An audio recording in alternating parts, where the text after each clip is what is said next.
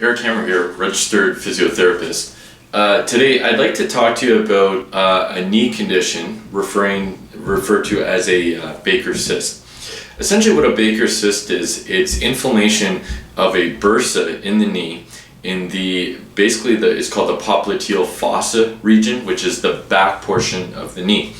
So what happens in this case is this bursa, which is essentially it's a sac of fluid that helps to lubricate a joint. And we've got bursa in all joints in the entire body. What happens is this bursa becomes inflamed and it becomes quite painful in the back of the knee.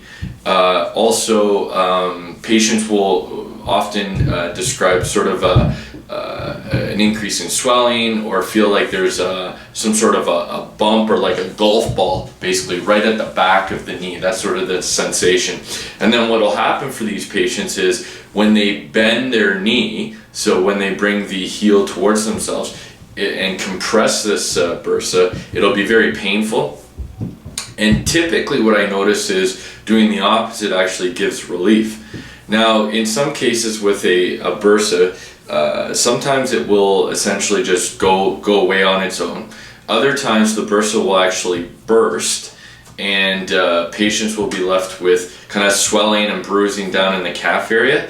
And then for other individuals, if the bursa gets to the point where it's not going away, it hasn't burst, and it's still giving them pain with day-to-day activities, the patient might actually get the bursa drained.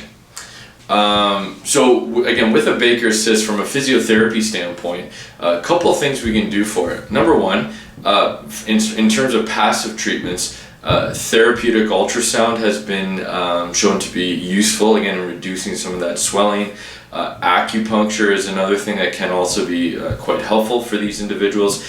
And then what I find works really well from an exercise perspective is actually biasing extension, stretching out hamstrings and calf, and also strengthening the quadricep muscle. So in a lot of cases what I'll find with these patients is there's a tendency to stand, to first of all not weight bear as much on that affected side, and then also when they're standing, they'll actually be standing with the knee slightly bent.